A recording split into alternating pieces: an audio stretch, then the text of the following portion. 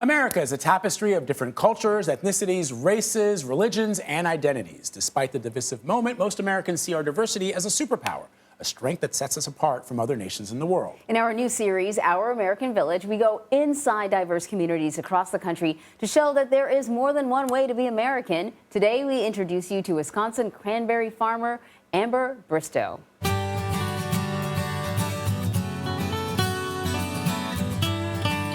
My name is Amber Bristow, and my American Village is Warrens, Wisconsin. Warrens is a village of 360 people. Warrens is known as the cranberry capital of Wisconsin, and Wisconsin produces over half of the world's supply of cranberries, and most of those cranberries come from right here in the Warrens area. I am a fifth-generation cranberry grower.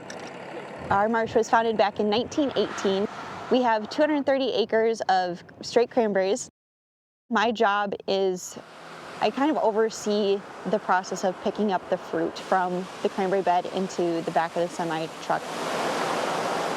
I grew up following my dad around. He has worked out here close to 40 years now. My dad spent a lot of time showing us the ins and outs of the cranberry industry, hoping that one of us would take things over from him eventually. I don't think he realized that it would be me. When it came time to go to college, I went to school for sports management. Ended up working in community relations down for a baseball team in Iowa. My heart just kind of felt like it was being pulled back home, and every time I'd come home, I would just start crying as soon as I left the driveway. And at one point, I was like, this is where I feel at home. And so I had a sit-down conversation with my parents. I said, how would you feel about me coming back home to work? I think it was a little harder for my mom to come to terms with, just because being a female farmer is still a relatively new concept. I had to twist their arms a little bit, and my dad finally agreed. So I've been back home working for the past 5 years, and it's been the best thing that I could have hoped for. My husband, he has no farm experience before he met me.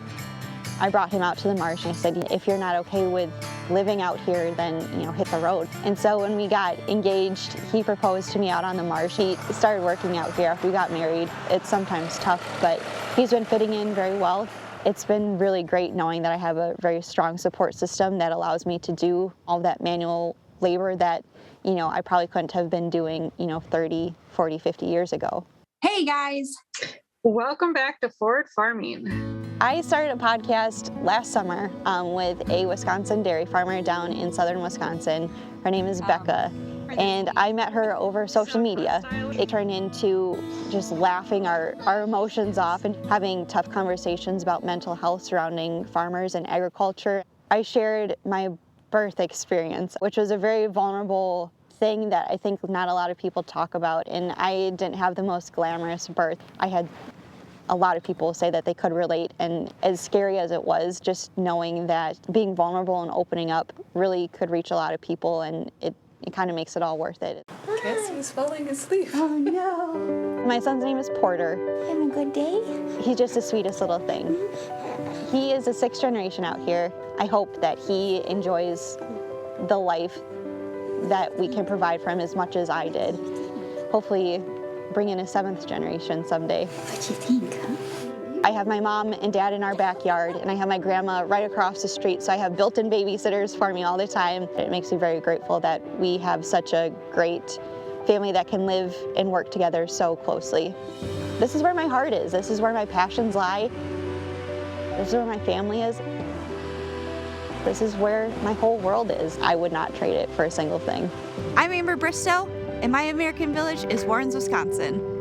Our American Village is an ongoing series that will stream here on CBS News and live permanently on CBS Village, the CBS News Race and Culture website.